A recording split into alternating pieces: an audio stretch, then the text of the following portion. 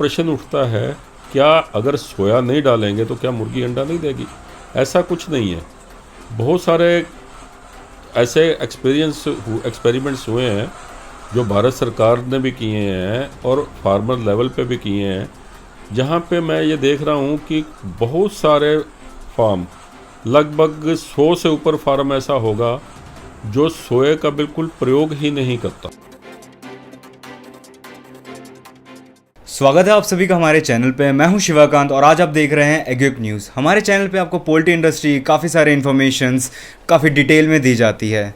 तो आज हमारे साथ हैं पोल्ट्री इंडस्ट्री के काफ़ी जाने माने हस्ती डॉक्टर SK खन्ना। तो आज हम जानेंगे पोल्ट्री इंडस्ट्री में फीड के बारे में कि किस टाइप की पोल्ट्री की फीड हमें देने चाहिए। आजकल जो बहुत बर्निंग टॉपिक ये है कि जो सोया के जो भाव हैं जो कुछ सालों से बढ़ते जा रहे हैं। कुछ साल पहले जो सोया के भाव थे वो 25 से 30 रुपए थे, बट आज के टाइम पे जो हम चीज़ें देख रहे हैं कि वो 60 रुपए किलो हो चुका है। इस चीज़ की वजह से जो पोल्ट्री इंडस्ट्री में चीज़ें बहुत रेगुलर वे से चल रही हैं। तो आज हम जानेंगे कि कैसे इसका अल्टरनेटिव हो सकता है, क्या अल्टरनेटिव और चीज़ें हम अपनी पोल्ट्री फीड में ऐड कर सकते हैं।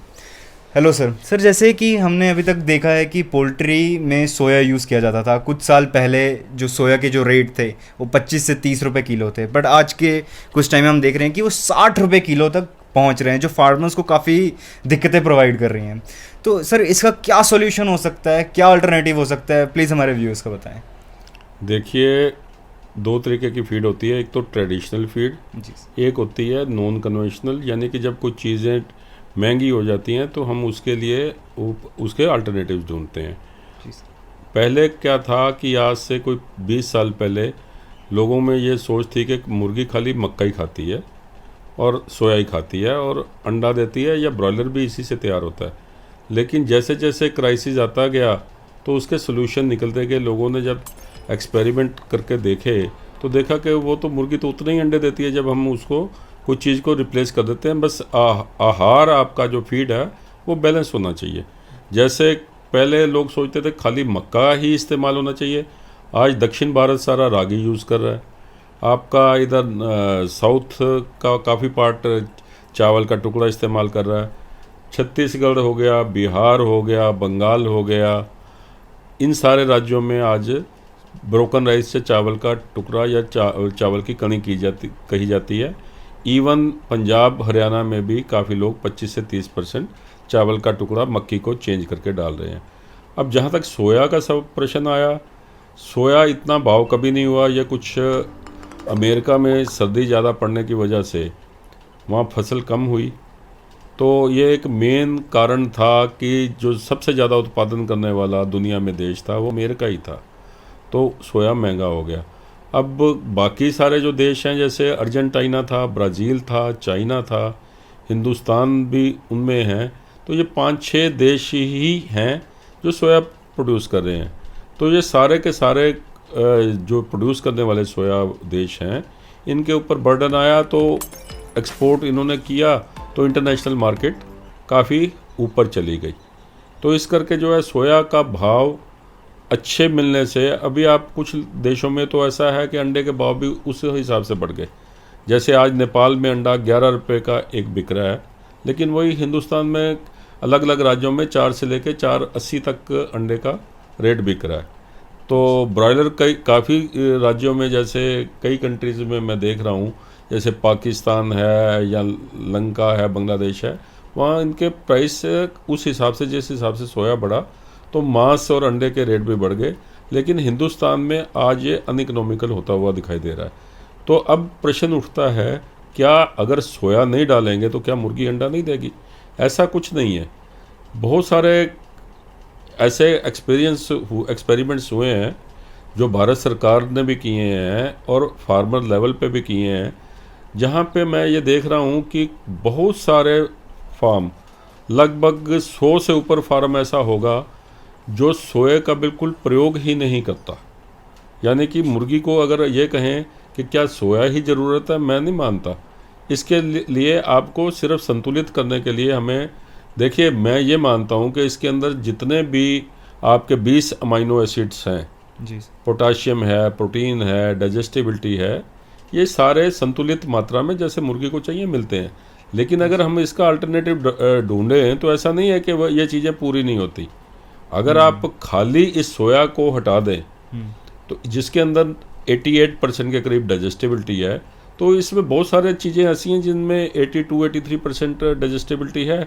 जैसे राइस ग्लूटेन है, इसका बहुत अच्छा अल्टरनेटिव है और आज की डेट में बहुत अच्छा रेट में भी मिल रहा है। अगर आपका सोया आज की डेट में 60 है तो ये 45 रुपये मिल रहा है।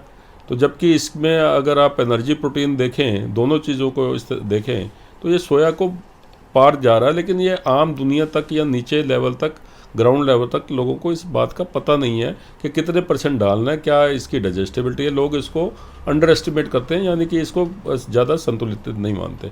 ऐसे ही बहुत सारे और चीज़ें, सूरजमुखी की खल है, DDGS है, मछली आज 27 रुपये मिल रही है पहुँच, और 24-25 रुपये में इससे चल रही है, क्या बोलते हैं, गुजरात से।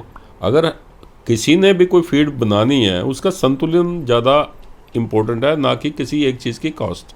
तो आज की डेट में अगर हिंदुस्तान के सारे राज्यों को देखा जाए तो विभिन्न राज्यों में आज ब्रॉयलर की फीड तो 35 रुपये किलो क्रॉस कर चुकी है जी सर। और कंपनियां इसकी फीड, आपकी मुर्गी की फीड को भी जो है 21-22 रुपये को क्रॉस कर चुके हैं।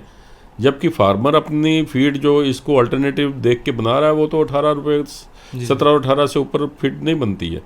तो सबसे पहले चीज़ ये है कि एक अनुभवी सलाहकार की सलाह लेके आप फीड को, लेयर को 17 रुपये तक और ब्रॉयलर को 32 रुपये तक बना सकते हैं। तो इसमें आपको क्या चीज़ देखनी चाहिए? आप सबसे पहले ये देखिए कि सोया में प्रोटीन कितनी है। सोया में अगर हाई प्रो लें तो 50 तक प्रोटीन आ जाती है, नॉर्मल में 45 रुपये प्रोटीन आ जाती है।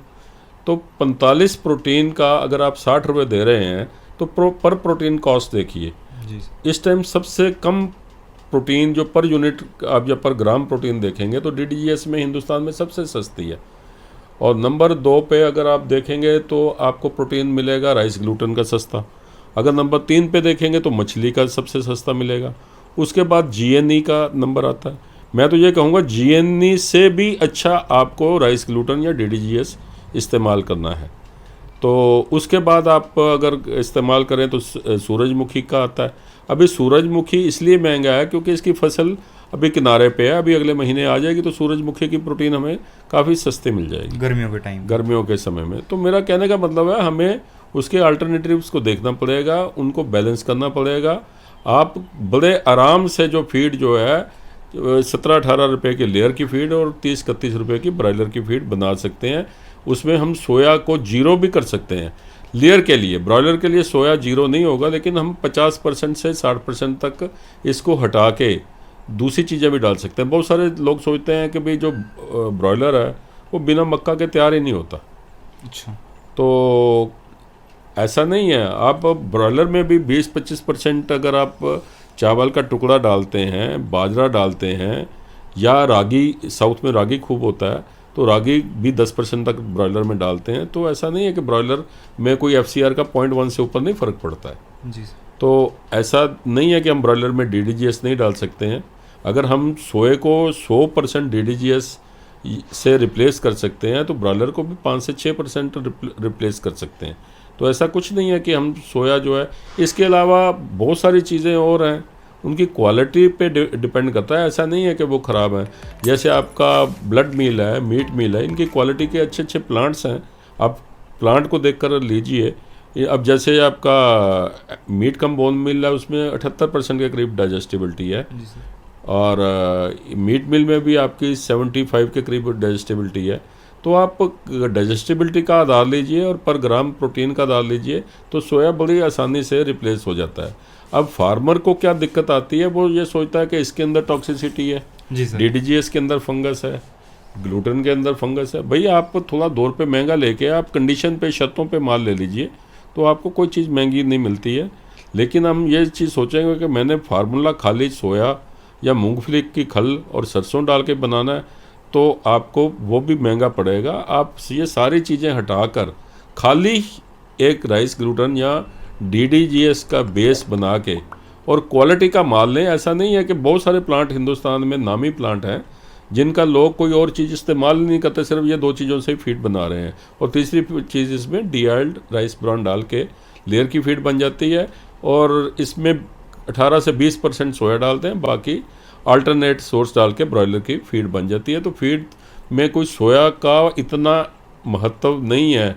आज अगर बड़ी बड़ी कंपनियां, गॉडरेज या बहुत जैसी कंपनियां, बहुत MNCs जो हैं फीड बना रही हैं, तो वो खाली सोए पे निर्भर नहीं है, ना ही वो कमा सकती हैं। आज इतना अगर फीड में कंपटीशन है, वो सोए को छोड़ के कुछ कमा पा रहे हैं, लेकिन फार्मर को इस बात का समझ नहीं, उसके पास बहुत सारे राज्यों में लेबोरेटरीज नहीं है, तो वो बेचारा जहाँ से ट्रेडर से माल लेता है वो भी मिक्सिंग कर देते हैं, कई ट्रेडर मिक्सिंग करते हैं, तो उसको माल गलत होने से एक चीज़ बदनाम हो जाती है कि मार्केट में DDGS फंगस करता है, फफूंदी लाता है, मछली डालने से बैक्टीरिया इकोलाई आता है। तो ये कुछ गलत धारणाएं बनी हैं, क्योंकि हमारे पास क्वालिटी चेक करने की लेबोरेटरियाँ नहीं हैं। तो सर आप कहने का मतलब यही हुआ कि सोया बस एक सिंगल अल्टरनेटिव नहीं है जिसके हम फीड डाल सकते हैं, और भी कई सारे अल्टरनेटिव हैं जिससे प्रोटीन का सोर्स हमें पोल्ट्री में मिल सकता है, जैसे आपने बताया राइस ग्लूटेन वगैरह हो गया। तो सर यहाँ हमारी चीज़ देखने वाली ये है कि हम ज़रूरी नहीं है कि सिर्फ सोए का ही इस्तेमाल करें, उसके अलावा भी कई सारी चीज़ें हैं जो सर ने हमें बताई हैं अल्टरनेट कर सकती हैं सोया का, तो उसका इस्तेमाल ज़रूर करें। सर यहाँ एक प्रश्न और उभर के आता है, जो कई सारे प्रश्नों में से ये है कि जो फार्मर जो सोया पे ही टिके हुए हैं, क्या उन्हें अपने पोल्ट्री या उन्हें अपना लेयर या ब्रॉयलर या अंडे का प्राइस बढ़ाना चाहिए? क्या इससे कुछ फ़र्क पड़ता है मार्केट रेट्स में? देखिए, मार्केट फार्मर के हाथ में नहीं है, किसी के हाथ में नहीं है। गेहूं उत्पादन कर रहा है तो वो प्रोड्यूस कर सकता है, मार्केट उसके हाथ में नहीं है, वो तो डिमांड सप्लाई से है हर एक चीज़ की जो है। ऐसे ही अगर आप कहते हो कि अंडे का रेट फार्मर नहीं बढ़ा सकता, वो भी डिमांड सप्लाई से है। बस उसको तो सिर्फ और सिर्फ अपनी कॉस्ट प्रोडक्शन की कम करनी है। जैसे सर उसका जो कॉस्ट वो लगा रहा है, जैसे कोई सोया अगर 60 रुपये किलो का अपने मुर्गियों को दे रहा है, तो सर वो पहले जो 30 रुपये पे रेट्स थे उसी रेट्स पे भी चल रहे हैं, बट फिर भी फ्लक्चुएशन होती है रेट्स में। क्या रेट्स उसको बढ़ाने चाहिए? नहीं, मार्केट में मैं बोल रहा हूँ ना, उत्पादन तो फार्मर के हाथ ऐसा है ही नहीं है। जी सर। और वो तो बढ़ा ही नहीं सकता, वो तो सिर्फ अपनी एफिशिएंसी इंक्रीज कर सकता है।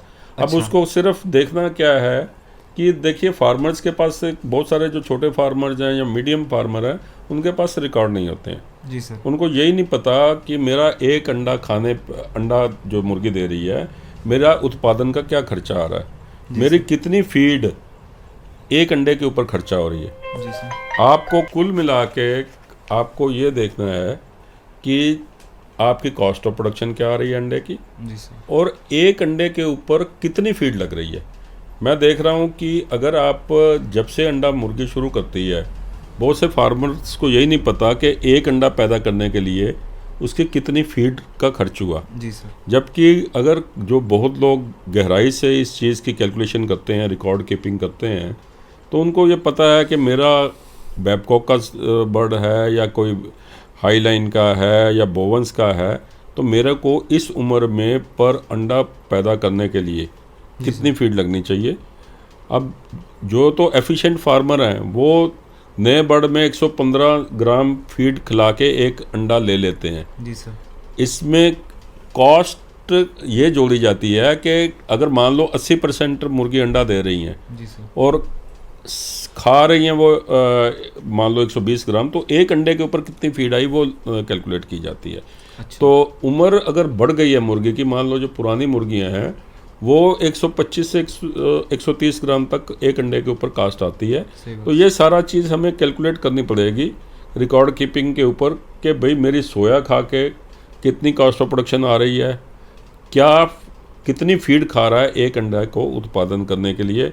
और ये भी देखना पड़ेगा अगर मैं सोया नहीं डालता तो मेरे को क्या क्या कमियाँ आ सकती हैं।